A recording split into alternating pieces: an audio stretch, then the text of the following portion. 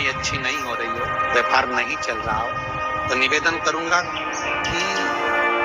किसी के चक्कर में मत पड़ना, कहीं जाकर पूछना मत ही। केवल देव उठनी एकादशी के दिन, जो अभी आने वाली है कार्तिक के महीने में देव उठनी एकादशी, इस दिन एक सिक्का, जब रात्रि को आप तुलसी जी की पूजन करें, ठाकुर जी की पूजन करें, एक सिक्का उसको नीचे रखकर उसको भगवान को विराजमान कर तुलसी माता या शालिग्राम जी को विराजमान कर फिर पूजन करें। सुबह ब्रह्म मुहूर्त में 4 बजे जब आप देवता को उठाएं, वहां पर जब लीपन करें और उठाने जाएं, उस गन्ने की झोपड़ी के अंदर वो सिक्के को अपने पल्लू में डालकर हल्दी की कटोरी में भरकर दुकान में, व्यापार में, व्यवसाय में रख दो।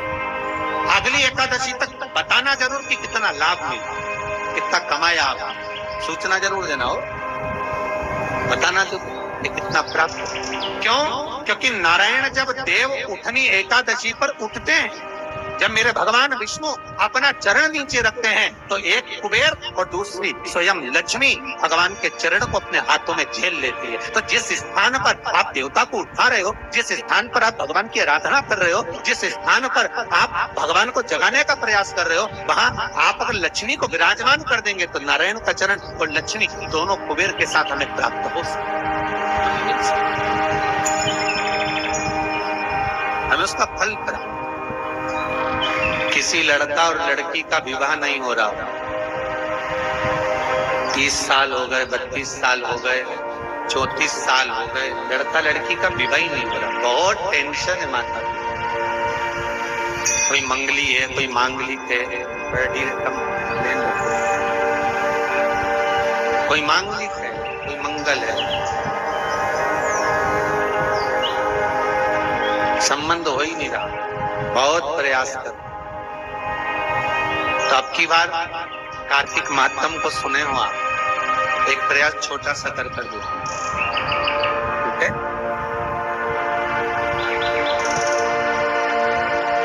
4 दिशा का स्मरण करिए, पूरब, पश्चिम, उत्तर, दक्षिण। हथेली पर आटे का दीप लगाइए, घी भर लीजिए और 4 बत्ती उसमें अलग अलग रख लीजिए। थोड़ा सा पीला चावल हल्दी में कर उसमें डालना। जो लड़का और लड़की का विवाह करना उसी के हाथ में देना है। और देव उठनी एकादशी के दिन,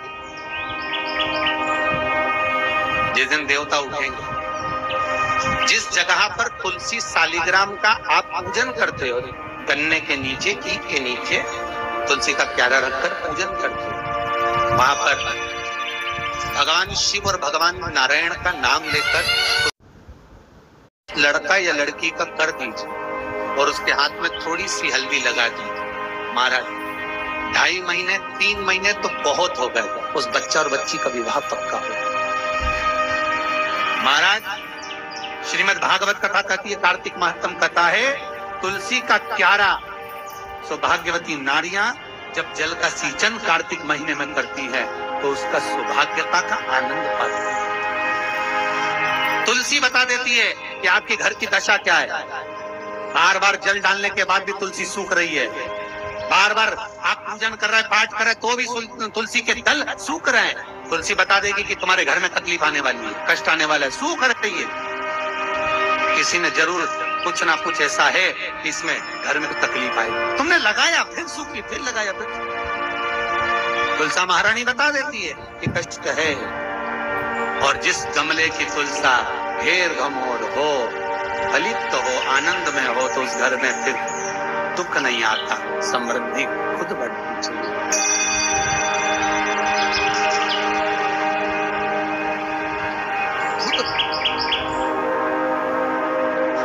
कितना सुंदर व्याख्यान है महाराज स्कंद पुराण।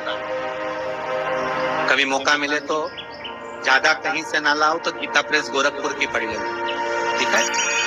स्कंद पुराण में कार्तिक खंड को उतारना, और कार्तिक खंड को उठाकर पढ़ोगे तो उसमें यहाँ तक लिखा हुआ है कि मान लो अगर किसी नारी का बार बार अवर्षण हो रहा है, संतान तक नहीं हो रही है और बार बार बच्चा पूर्ण नहीं हो पाता, तो यही देव उठनी एकादशी के दिन उसी जहाँ पर तुलसी और शालिग्राम जी का मंगल विवाह हुआ है, पूजन हुई है, देव उठे, और जब हम भगवान को देव उठाने के समय पर पूजन कर रहे हो तो वहीं का एक बेर, क्योंकि उस समय पर बेर आया था छोटा, वो पूजन में रखा था, वही बेर उस बहू की झोली में डालकर उसको वहीं पर बिठाकर खिला दीजिए महाराज। बच्चा कभी अधूरा पैदा नहीं होगा, पूर्ण बच्चा ही पूर्ण, अधूरा नहीं हो सकता, अपंग नहीं हो सकता, कम उम्र का पैदा नहीं हो सकता, पूर्ण उम्र लेकर ही पैदा। शिव पर चढ़ा हुआ बेर शिवरात्रि पर जो चढ़ता, राम जी ने लक्ष्मण जी को जो संजीवनी दी थी, वो संजीवनी थी क्या? संजीवनी जब शबरी मिली, बेर चक्कर राम जी को दे दी और राम जी ने एक बेर लक्ष्मण को दे दिया। लक्ष्मण को लगा बताओ ये बेलनी का जूता खाऊंगा, लक्ष्मण ने फेंक दिया। अब लक्ष्मण को शेषनाग, कोई चीज फेंकेंगे तो पास में थोड़ी ना गिरेगी, दूर 200 दूर जाकर गिर गया वो बेर जहां गिरा उसके पौधा उत्पन्न हो गया। जब शक्ति लग गई लक्ष्मण जी को, अब इसको क्या दिया जाए, तो सुषेण वेद कहते हैं जाओ संजीवनी ले। वही बेर की पत्ती जो लक्ष्मण ने फेंकी थी, वही बेर की पत्ती उठाकर मलकर दी गई। राम जी रोते रोते कह रहे हैं तेल ही खा लेता तो आज जरूरत ही नहीं पड़ती। एकादशी का व्रत कौन कौन देवता करता है? अग्नि पुराण, स्कंद पुराण स्पष्ट कहती है महाराज, भगवान विष्णु से लेकर लक्ष्मी जी ने नारायण से कहा आज एकादशी है, आप व्रत करेंगे? भगवान विष्णु बोले करने को तो करने मना नहीं, पर दिक्कत इतनी सी है, अगर मैंने एक दिन भी एक निवाला नहीं पाया तो संसार का ना जाने कितना जीव भूखा मर, कितना जीव।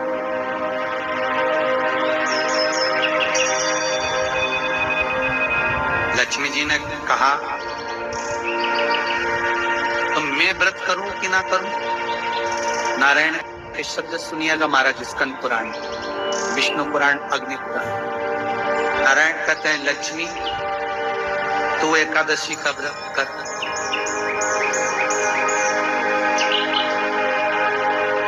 मेरे करने से क्या फल होगा? भगवान विष्णु अपनी पटानी लक्ष्मी से कहते हैं, अपनी धर्मपत्नी से कहते हैं लक्ष्मी, नारायण अगर एक क्षण खाया बिना रह जाए तो पृथ्वी पर अनाज उत्पन्न नहीं होता, जमीन पर जो बीज बोया जाता है वो बंजर हो जाता है। अगर नारायण ना खाए तो अन्न का भाग मिलता नहीं है। संसार का लोग जलचर, थलचर, वायुचर सब भूख के मर जाए।